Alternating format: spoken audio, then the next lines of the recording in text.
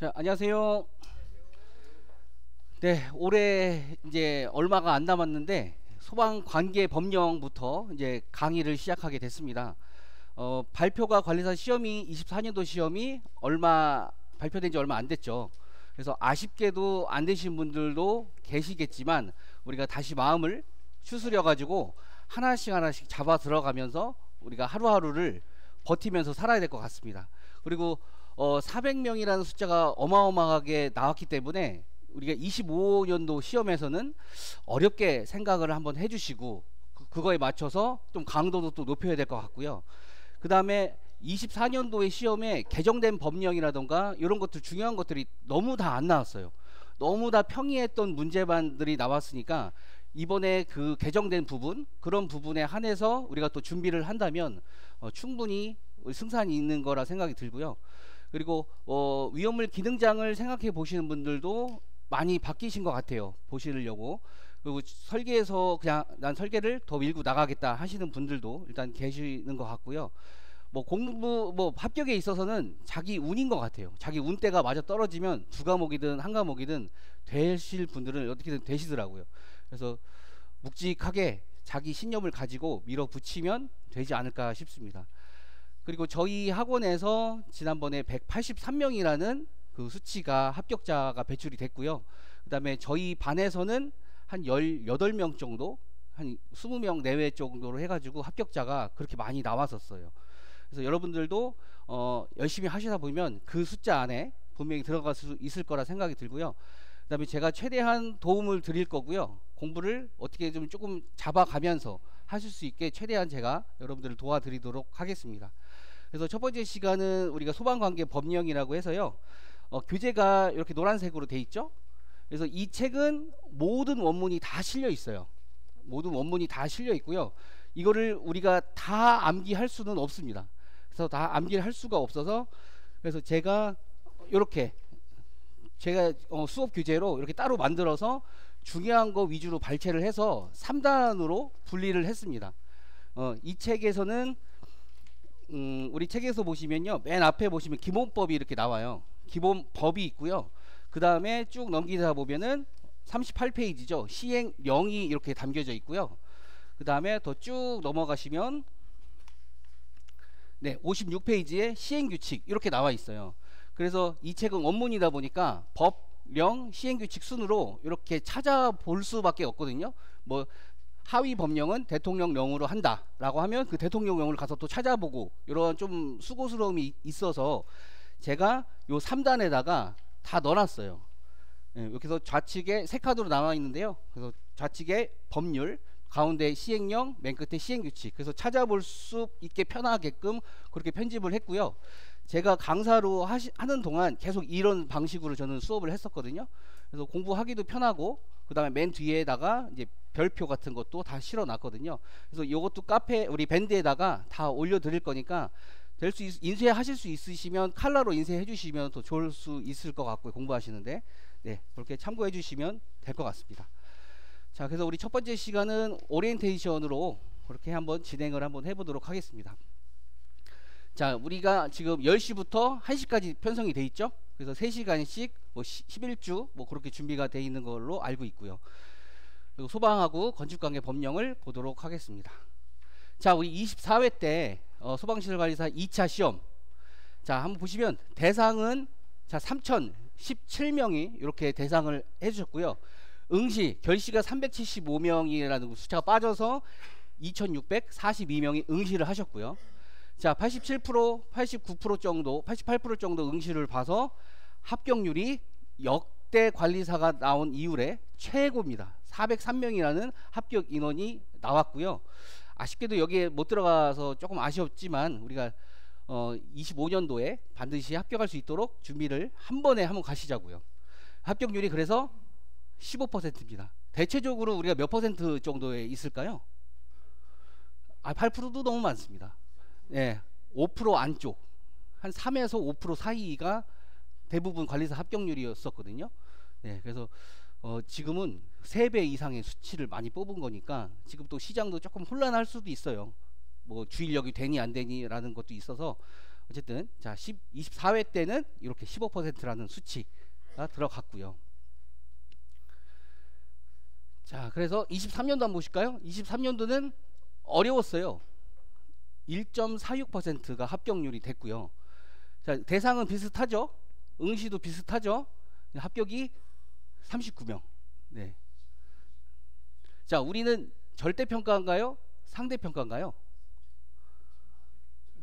그죠? 절대평가로 우리가 60점으로 올라가면 되지만 우리가 인원을 어떻게 보면 안 보이는 조정을 할 수 있거든요. 너무 부족하면 재채점해서 올려줘서 합격자가 나올 수 있게끔. 근데 너무 많이 잘 봤다? 그러면 조금 채점을 엄격하게 해서 줄여서, 그래서 절대평가를 가상한 우리가 상대평가라고 조금 생각을 해주셔야 될 것 같습니다. 자 내년에는 100명 정도로 생각을 해주시고 우리가 준비를 좀 했으면 좋겠습니다. 자 합격자 연령인데요. 자 보시면 어디가 제일 많습니까? 그죠? 네. 40, 50대가 제일 많네요. 그러니까 우리가 여러분들이 수강하시는 대부분 연령대 분 여기에 많잖아요. 네. 60대 분도 계시잖아요. 네. 30대와 거의 조금 좀 차이가 있지만 비슷한 수치. 그래서 나이는 절대 뭐 이런 건 상관없는 것 같고요. 뭐가 제일 문제인 것 같습니까? 자신의 그쵸 노력이죠. 그 다음에 꾸준함. 이게 제일 중요한 것 같아요. 마음을 먹었으면 하루하루 어떻게 내가 이거를 공부해 나갈 것인지에 대한 그 지킴을 반드시 해주시는 게 좋은 것 같습니다. 자 남성이 364명이 되셨고 여성이 39명이 이렇게 됐습니다.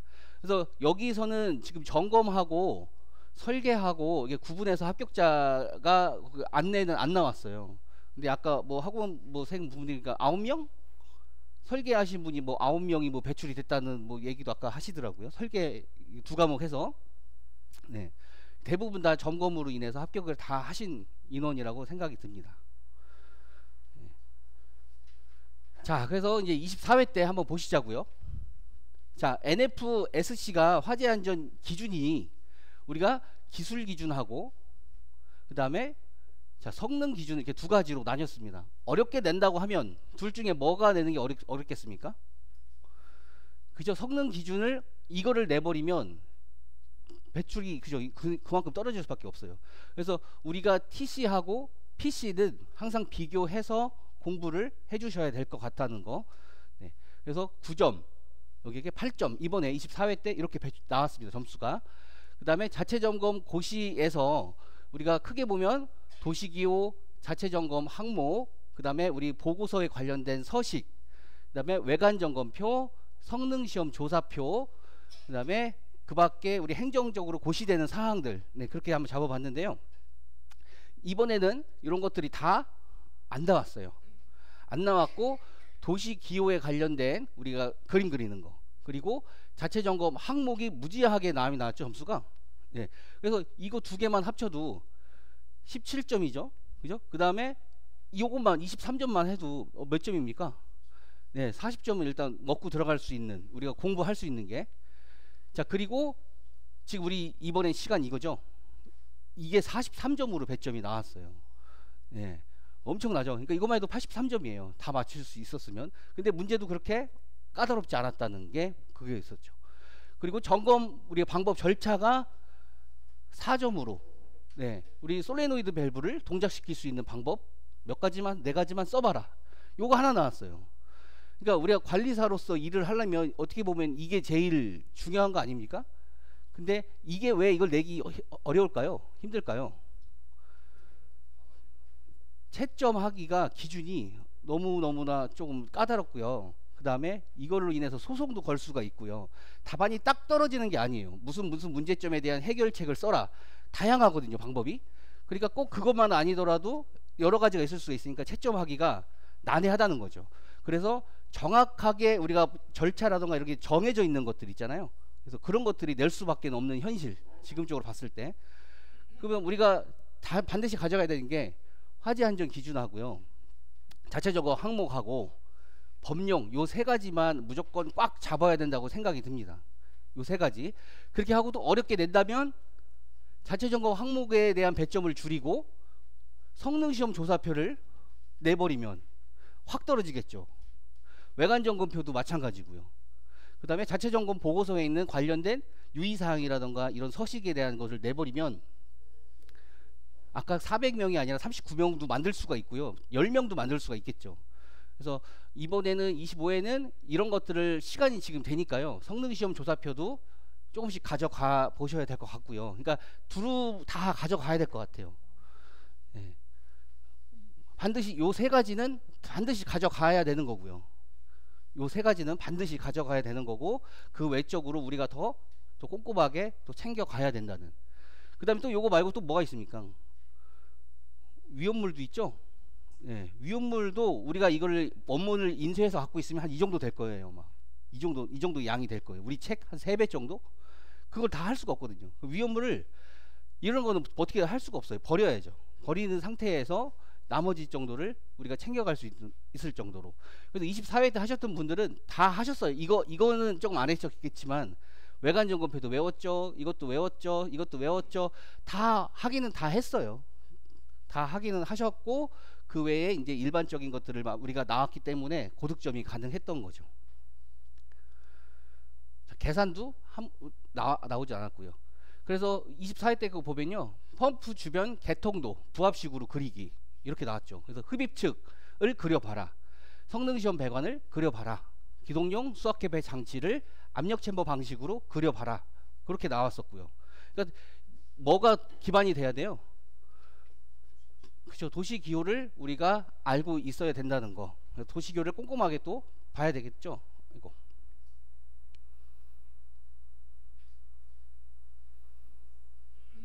자, 그 다음에 우리 점검 항목에서, 자, 스프링클러 흡입측 배관에 대한 점검 항목 쓰기, 성능시험 배관 점검 항목, 순환 배관 점검 항목, 그 다음에 스프링클러 가압 송수 장치 펌프 방식에 있어서 작동 점검에 관련된, 작동은 빈 동그라미, 종합은 채워진 검은색 동그라미, 이렇게 해서 구분해서 암기를 또 해야 되고요. 자, 그 다음에 옥내 소화전 가압 송수 장치 펌프 방식, 요거 점검 항목 4가지, 요 2가지를 같이 비교해야 하는데 옥내에만 있는 항목 쓰기 쉽지 않죠? 그 다음에 피난 방화 시설에 있어서 점검 항목 2가지, 이산화탄소 안전시설 등 점검 항목 3가지, 그다음에 용수설비에서 채수구 점검 항목 4가지, 이렇게 항목이 나와 배점이 됐고요. 그거에 맞춰서 우리도 공부를 더 충실하게 해줘야 되겠죠.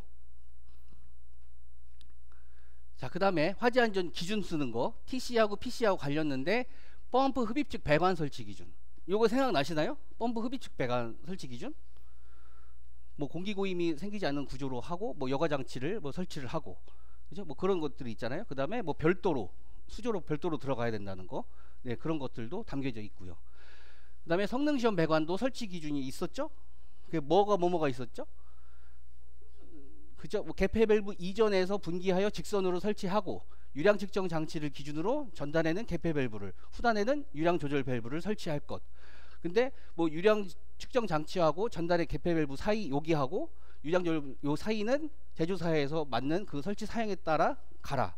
그 다음에 우리 유량 측정 장치는 175% 이상 측정할 수 있는 뭐 성능이 있을 것, 뭐 그렇게 해서 쓰는 것들이 TC로 이렇게 2가지가 나왔었던 거.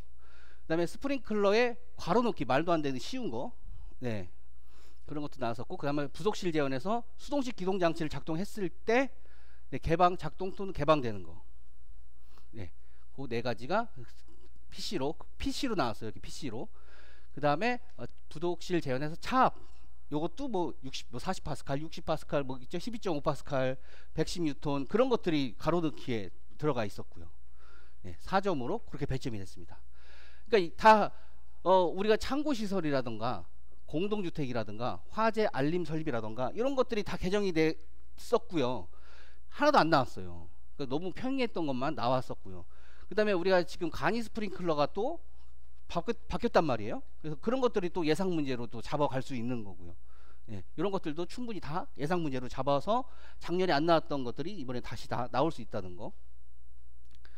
그 다음에 법령, 특정 소방 대상물에 대한 연면적 용도 그런 것들을 주고, 여기에 소방시설 뭐가 들어갈 건지, 네, 경보설비, 활동설비 이런 것들을 쓰기, 네, 어렵지는 않았었고요. 하지만 전체적인 거를 다 설치 대상을 알고 있어야지만 쓸 수 있었다는 거. 그리고 증축 당시에 대통령령 화재 안전 기준을 적용하지 않는 경우, 뭐 이런 것들. 그거죠? 우리가 두 개로 나뉘어졌을 때 뭐 내화 구조의 바닥과 벽으로 완벽하게 구획한다, 뭐 이런 것들도 있었죠. 그리고 다중에 업소의 간이 스프링클러 설치 대상 영업장. 예.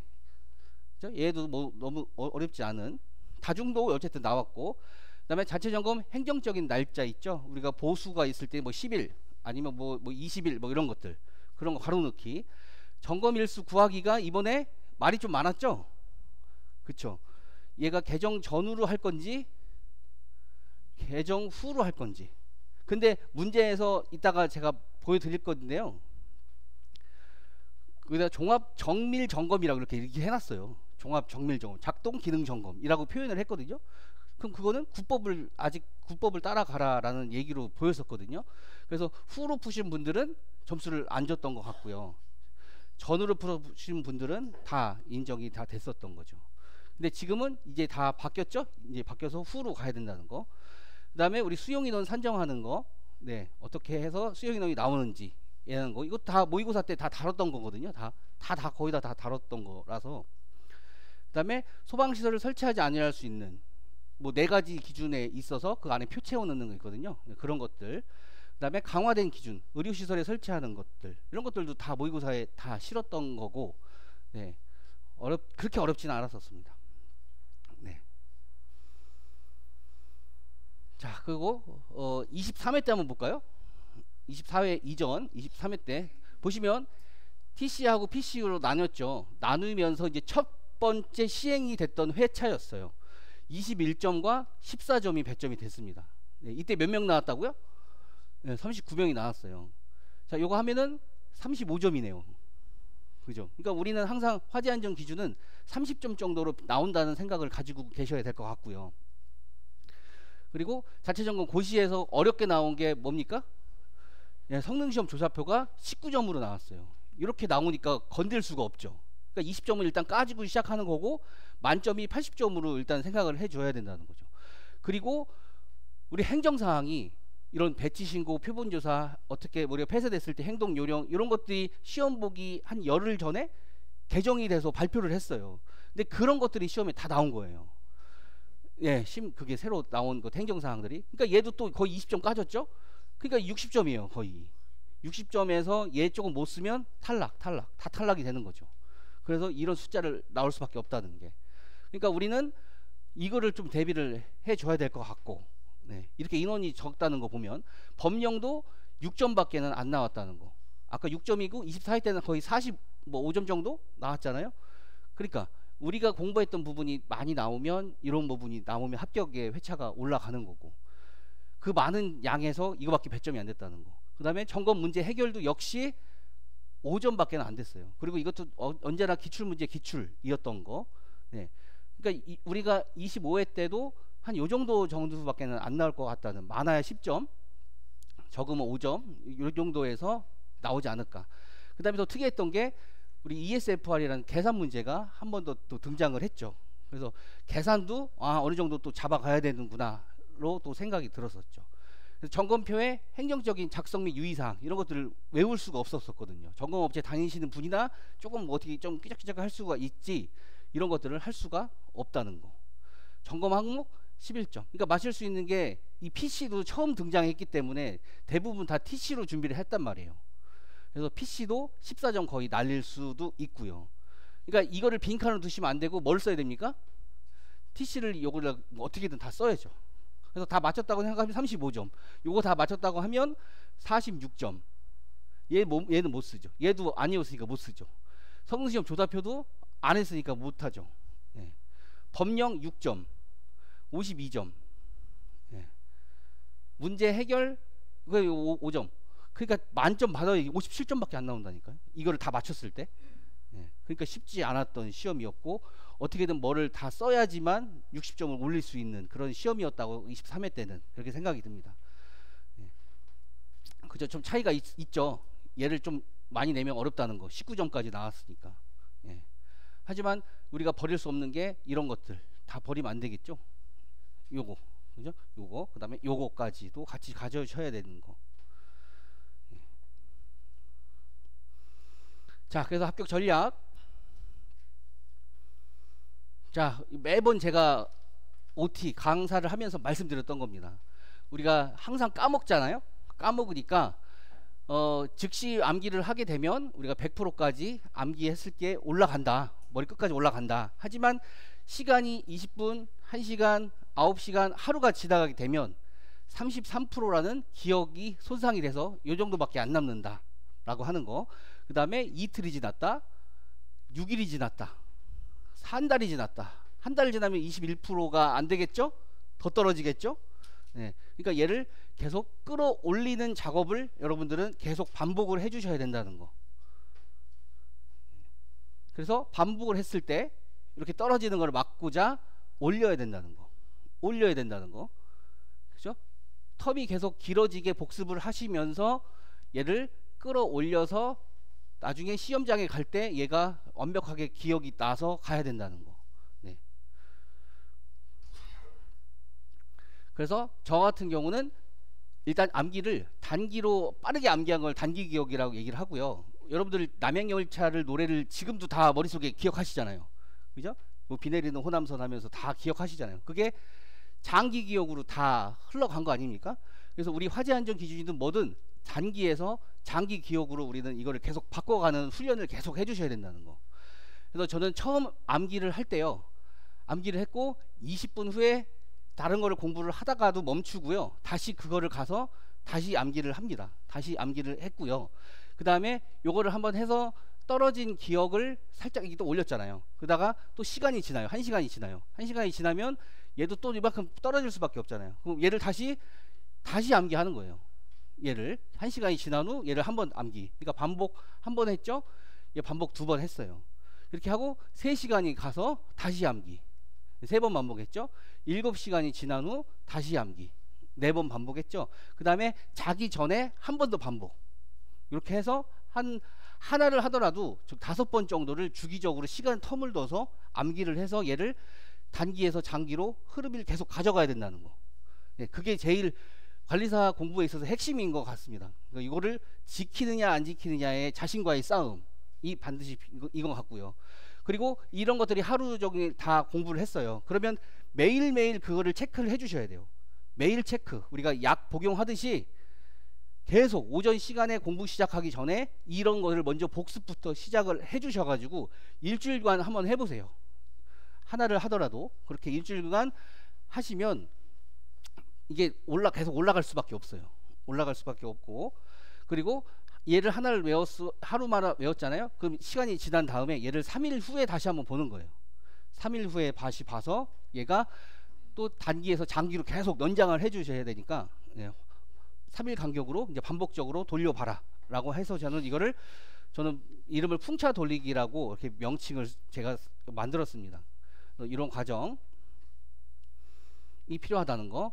그래서 제가 명암만한 사이즈를 가지고 앞에는 이렇게 문제를 쓰고요, 뒷장에는 제가 이 원문을 쓰기 위해서 암기법을 제 나름대로 만든 거예요. 만들어서 이런 것들이 막 쌓이겠죠. 이거를 계속 외우는 거예요. 원문 하기 전에 이거를 먼저 암기를 하신 다음에 얘를 이제 살을 붙이는 나중에 그 훈련을 해주셔야 된다는 거죠. 그죠? 이렇게 해서 링을 다 끼고 다니는 겁니다. 다 끼를 가서 하루에 볼 양을 이렇게 만들어 놓은 거예요. 하루 만들 양을 갖고 다니면서 이게 이만큼이 된 거죠. 이만큼이 돼서 외운 것들은 또 여기다 빼놓고 또 이만큼 또 채워서 오늘 갖고 가는 걸 또 보고, 그래서 이런 작업을 저는 13회 때부터 저는 시작을 했고요. 13, 14, 15회 때인데 13회 때는 직장 생활을 병행을 하면서 공부를 하다가요, 아쉽게 떨어졌어요. 떨어지고 조금만 하면 더 되겠다라는 생각을 가지고 14회 때 직장 그만두고 올인을 이때부터 했어요. 이때부터 올인을 해가지고요, 만든 게 이런 암기 수첩부터 1월 달부터 시작을 했던 것 같아요. 1월 달부터 시작을 해서 이런 과정이 다 끝나서 열심히 했죠. 2과목을 저는 응시를 했고요. 네, 보시면 그래서 뭐 계산 문제도 있고 다 들어있어요. 여기 보면 계산 문제도 들어있고, 이렇게 해서 열심히 했는데 결국에 또 떨어졌어요. 또 떨어지고 나서 이제 15회 때 내가 뭘 잘못했는지 네, 문제가 어렵긴 어려웠거든요. 네, 이때도 45명인가 밖에 안 나왔지만, 네, 뭐가 잘못됐는지, 그래서 생활 습관이 좀 바꿔봐야 되겠다라는, 친구들과의 만남도 끊고요, 가족 모임도 끊고요, 술도 끊고요, 담배도 끊고요, 다 모든 걸 다 끊어버렸어요. 다 끊고 오로지 도서관만, 집하고 도서관만 이렇게 계속 다닌 거죠. 다녀서 했는데 결국엔 15회 때 75명이라는 그 숫자에 어쨌든 들어가서 다행히도 합격이 됐거든요. 그래서 이런 과정이 여러분들한테 도움이 되면 따라서 한번 해보시고요. 그래서 그 암기법이 다 되면요, 이렇게 원문에다가 위에는 암기법을 먼저 해놓고요, 그 밑에다가 원문을 갖다 실은 거예요. 실어서 역시 얘를 A4를 6등분을 했어요. 이렇게 A4를 6등분을 해서요, 얘를 이렇게 만든 거예요. 만들어서 이렇게 다 잘라서요, 코팅을 한 거예요. 코팅을 해서 얘도 역시 링으로 끼고 다니면서 언제 어디서나 휴대할 수 있게. 이게 책을 갖고 다니면 무거우니까.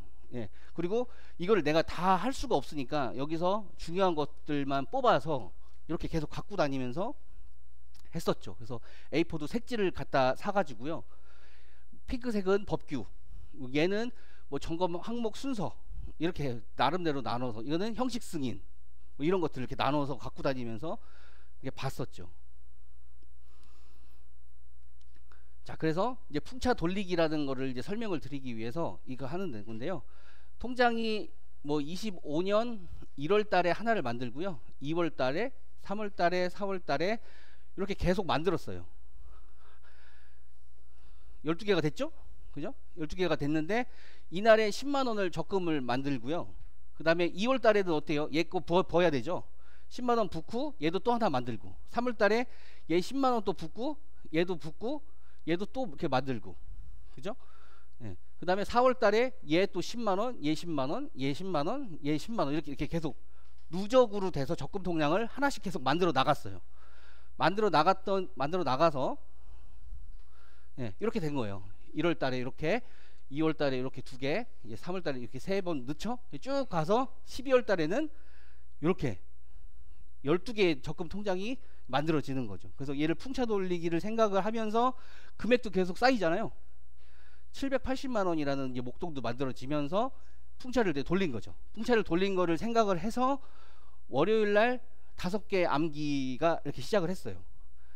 그리고 하루 일정에 20분 있다 다시 암기, 1시간 있다가 다시 암기, 3시간 있다가 다시 암기, 그 개수가 저는 5개로 맞췄어요. 물론 5개도 되게 많은 양이었고요, 힘들었지만 하려고 되게 노력을 많이 했고요. 그렇게 하고 화요일 날, 월요일 날 거 복습을 하죠. 5개 더 늘렸어요. 수요일 날 월요일 반복, 화요일 반복, 수요일 늘리고, 목요일 날 월요일 거 반복, 화요일 반복, 수요일 반복, 5개 또 늘리고, 예. 금요일 날 반복, 반복 늘리고, 그죠? 그래서 저는 이렇게 5일만 반복을 이렇게 들어갔고요. 그리고 이제 토요일 날이 됐잖아요. 토요일 날에는 안 늘렸어요. 일요일 날도 안 늘렸어요. 이때는 여러분들이 휴식 하셔도 되고, 아니면 이날 내가 못했던 거를 이날 할 수도 있잖아요. 그래서 이틀은 일단 뺐고요.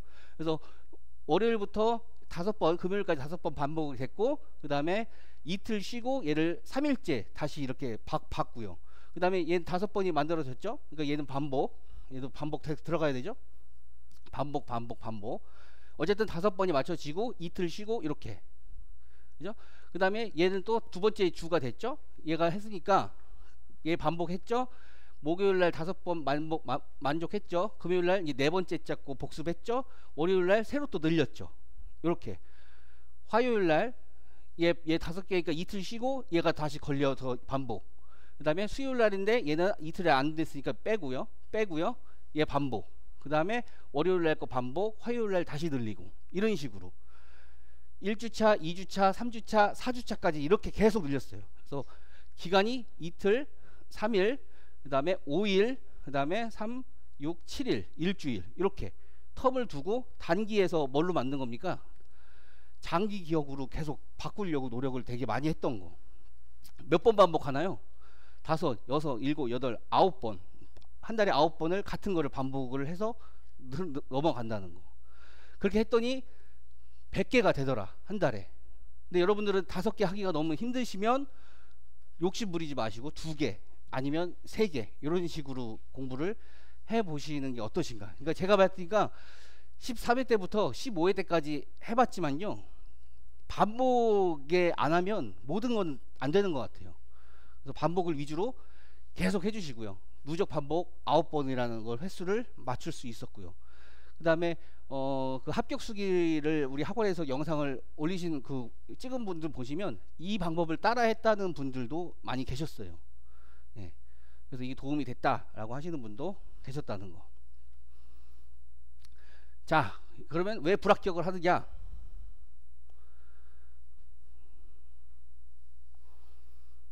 자, 넘어갔네. 자, 첫 번째. 자, 시간을 못 내거나 시간을 안 내는 사람.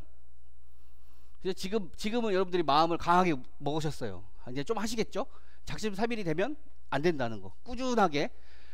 지금 4월 달에 1차인가요? 5월인가요?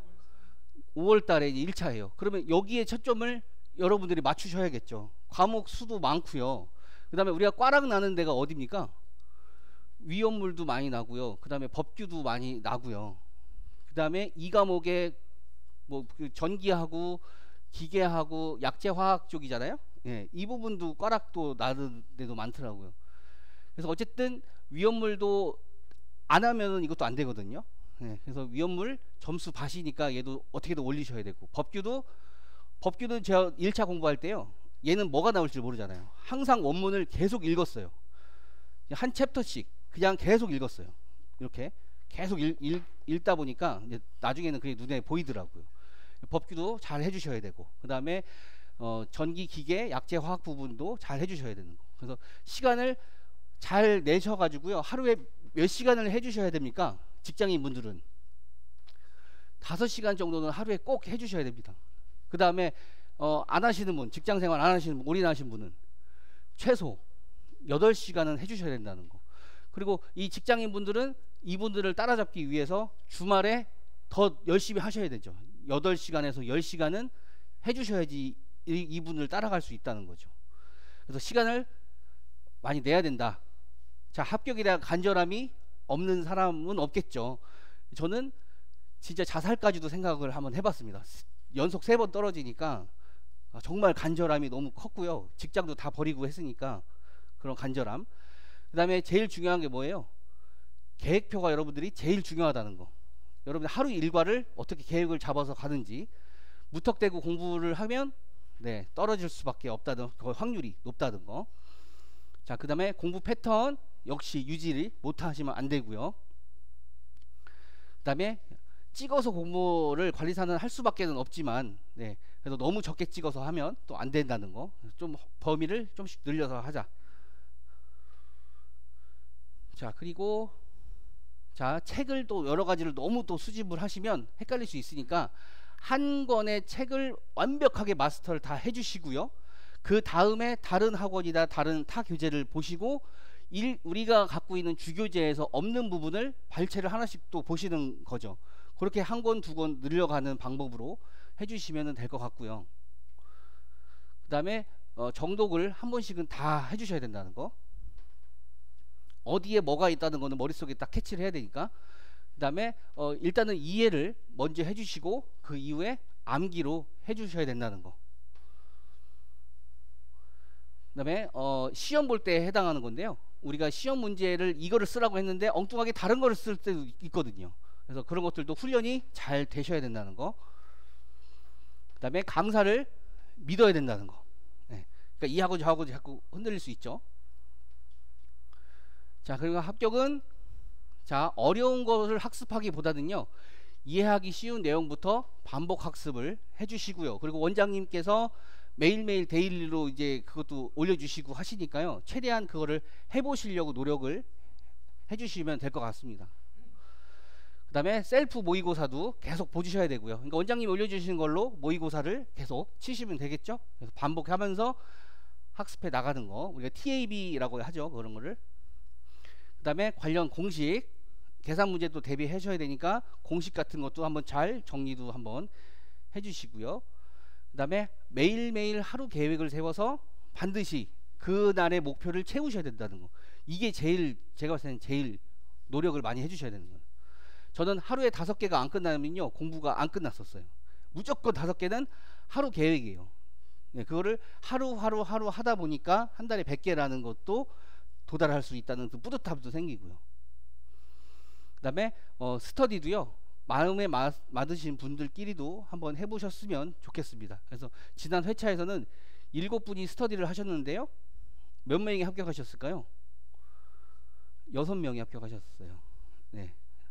근데 한 분이 안 되셨지만 이 6분은 다 위험물 기능장을 가지셨던 분들이고, 요 한 분은 2과목을 받으셨던 부분이고, 그래서 아쉽게 안 되셨죠.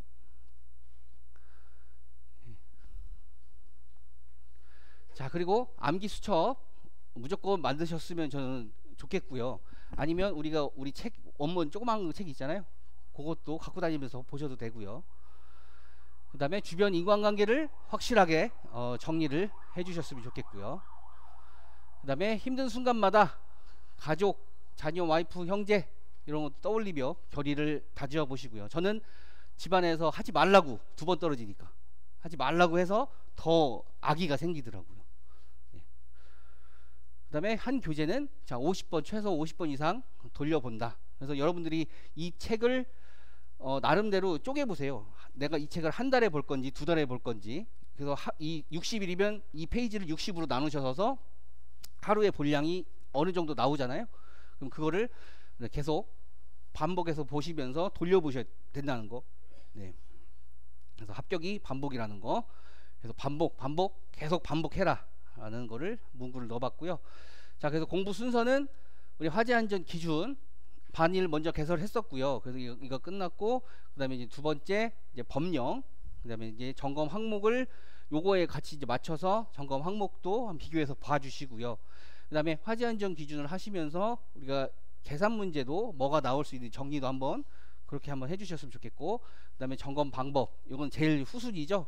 그거랑 이제 기타적인 행정사항이 그때 이제 바뀌어서 고시가 되면 그것도 이제 찾아가면 보면 될 것 같고요. 그래서 요 3가지를 우선적으로 하시는데 기준부터 그 다음에 법령, 점검 항목 순으로 해주시면 될 것 같습니다.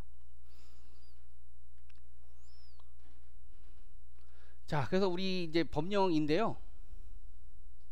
자, 이렇게 많은 법령이 있습니다. 자, 우리 법을 보시면 소방기본법이 있고요. 그 다음에 시행령이 있고 시행규칙이 있습니다. 자, 기본법은 우리가 국회에서 국회의원분들이 만드시죠. 그죠? 그럼 이 법을 입법에서 상장을 해서 통과가 되면 이거를 이제 상위법이라고 얘기를 하고요. 이 밑에 있는 거를 하위법이라고 얘기를 하거든요. 그래서 이 법의 상위법에서 다루지 못한 사항을 누구한테 위임하는 겁니까? 대통령이나 행정안전부 장관한테 이거를 이제 넘기는 거거든요. 그래서 항상 기본법이 위에 있고요. 그 밑에 하위법이 미처 여기다 못했던 거를 담겨져 있는 순으로 이렇게 다 법은 구성이 돼 있다는 거. 자, 기본법보다도 중요한 게 우리가 소방시설 설치 및 관리에 관한 법령 시행규칙, 이게 우리의 제일 큰 점수 받치죠. 많이 나오고. 그래서 기본법에서 몇 가지만 좀 챙겨가실 거 챙겨가고, 그 다음에 소방시설 설치법은 이건 거의 다 가져가셔야 되는데 필요 없는 것들을 일단 또 빼고 중요한 거 우선으로 가져가셔야 되고, 그 다음에 화재 예방, 원래는 이게 2개 한 법이었거든요. 네, 소방시설 뭐 화재 뭐 이렇게 해가지고 같이 한 법이었는데 얘가 여기에 있는 담격이 너무 많다 보니까 2개를 분법을 했어요. 분법을 해서 얘는 예방하고 안전관리에 관한 법에 있는 거를 조금 내렸고요. 위에는 소방시설 설치를 하고 어떻게 유지관리할지 그 법을 2개를 나눴습니다. 하나가 통합되어 있던 거를. 그래서 얘가 바뀌었다, 나눴다는 거. 내용은 똑같은데 반으로 나눈 겁니다. 네. 그리고 자, 다중이용 없어도 지난번 시험에 역시 나왔었죠. 보면 얘는 특별법이에요. 특별법이다 보니까 얘네들 법보다도 더 우선적으로 더 위에 있는 법이에요. 그래서 특별법이라는 거, 다중이용 없어, 얘도 다 암기를 또 해주셔야 되는 거죠. 그 다음에 자, 우리 또 초고층 및 지하연계 복합건축물 재난관리에 관한 특별법이 있습니다. 얘도 있는데 얘가 13회 때 왕창 다 때려 나왔어요. 왕창 다 때려 나오고 이제는 이제 25회니까 시간이 그래도 시간이 꽤 많이 흘렀어요. 그러니까 어느 한 법에 또 치우쳐서 나올 수 있으니까 얘도 또 몇 가지는 또 준비를 또 해주셔야 되고, 그러니까 얘 1순위, 2순위, 지금 3순위, 2순위입니다. 그 다음에 자, 건축법도 일부 우리가 관리사로서 알아야 될 부분이 많거든요. 건축법도 일부 또 가져가셔야 되는데 아직도 안 나온 부분이 너무 많습니다. 개정되고 나서. 얘도 가져가야 되는 거, 건축법. 그 다음에 요거에 관련된 건축물의 피난방화 구조, 얘도 이번에도 나왔었죠. 설계시공에 뭐 거기에 나왔었거든요. 뭐 내야벽이 뭐 두께 얼마, 모르타르 얼마, 뭐 두께 이런 거 있었잖아요. 그 부분이 여기 설계시공에 한번 나왔었고요. 그래서 건축법에 관련된 게 건축물의 설비 기준, 건축물의 피난 방화, 뭐 발코니 이런 것들이 다 건축법에 관련된 것들. 예, 이런 것들이 다 건축법에 관련돼 있지만 다 법이 따로따로 고시라던가 그런 것도 다 돼 있다는 거. 그 다음에 위험물. 자, 얘는 위험물에 관한 세부 기준인데 할 수가 없습니다. 얘는 그냥 아예 좀 버린다는 생각을 해주시고, 예, 아예 버리는 게 마음이 편할 것 같고요. 예, 할 게 너무 많습니다. 그리고 건축물의 뭐 화재하전 성능 보강 이런 거, 그 다음에 표준 자체 점검비 산정 기준 공표 방법 이런 것도 이제 나오고 아직 한 번도 안 나왔거든요. 그러니까 이런 것들도 가져가야 되고, 자체 점검 사항 등에 대한 고시 이런 거 내용, 배치 신고, 수정, 점검표, 표본 조사 이런 것들이 지난번 23회 때 등장이 했었고요. 예. 너무 많죠. 그 다음에 비상구를 설치할 수 없는 기존 다중이용업소에 관한 고시 이런 것들도 있고요. 고시, 폐쇄 차단 시 행동 요령 23회 때 나왔던 거죠. 그 다음에 내진이라는 것도 있고, 네, 너무 많습니다. 성능 인증 대상 이런 품목에 대한 고시, 그 다음에 각 설비별로 형식 승인이 있죠. 제품 검사 기술 기준 너무 많다는 거. 그러니까 이 점검 실무라는 과목이 범위가 너무 넓고요. 그래서 그거를 조금 더 디테일하게 좀 나눠줬으면 좋겠어요. 근데 그런 것들이 없잖아요. 그냥 딱 몇 줄밖에 없잖아요. 2줄인가 밖에 없잖아요. 점검 실무 하면은 이거에 뭐 관련된 뭐 점검 절차 및 그걸 포함한다, 그렇게만 나오고 문제는 다 나와버리니까 그런 세부적인 출제 기준이라는 게 없다 보니까 공부하기가 너무 힘든 것 같습니다. 자, 그래서 우리가 할 수 있는 건 해야 되는 거, 요런 것도 있죠. 네, 우선적으로 가져가야 되는 거, 이런 것들을 기준으로 준비를 한번 해보겠습니다. 그래서 PDF로요, 제가 요 많은 책을 다 우리가 할 수가 없으니까 이렇게 3단으로 해서 계속 업데이트를 해서 올려드리도록 할게요. 네. 그리고 그 정도만, 뭐 요 정도 이렇게 별표 친 거 있죠? 요 정도까지만 다 들어가 있긴 다 들어가 있어요. 네. 있지만 그래서 다 PDF로 요약해서 다 올려드리도록 하겠습니다. 네.